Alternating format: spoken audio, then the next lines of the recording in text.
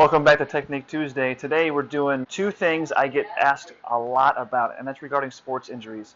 It's about swelling and it's about icing or elevation. And so what I'm going to talk about today is how to appropriately wrap to combat swelling.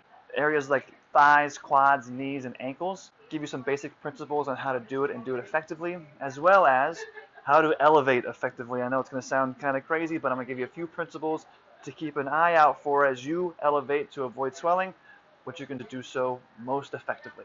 If you've injured your knee or your thigh and you want to wrap it, larger areas, you want to get a 6-inch roll, and anywhere from 6 to 9 feet, 10 feet's fine. Get below the area of the injury, pull about 50%. So this is 0%, 100% means there's no more stretch, 50% is about right in the middle.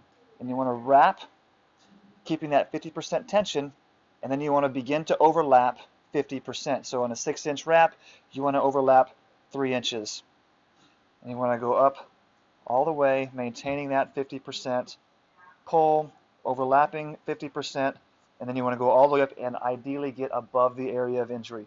Ankles make it a little bit difficult because of the angle of the bend, but you can do so by just getting to the midfoot or even to the balls of the feet and wrapping up the leg. Wrapping up helps facilitate the swelling to pool and collect away from that extremity so that it mobilizes easier. If you're going to bed at night and you're going to have the wrap on during the evening, which is still recommended to help with the swelling, I recommend 10 to 20% pull. Again, not the 50, like if you're going to be busy the rest of the day, up and about, doing errands, whatever else, to help with that swelling, you want about 50% pull. But if you're going to be laying down in bed, a 10% to 20% is all you want before it gets uncomfortable.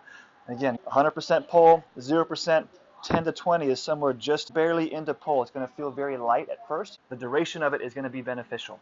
The next thing is about elevation. A lot of folks will ask me, Nick, I elevate at night, is that okay? Yes, absolutely fine, but often it's barely any elevation whatsoever. Ideally, you can get 30 minutes of aggressive elevation at nighttime. You want to get your leg up as high as you can get it above your heart.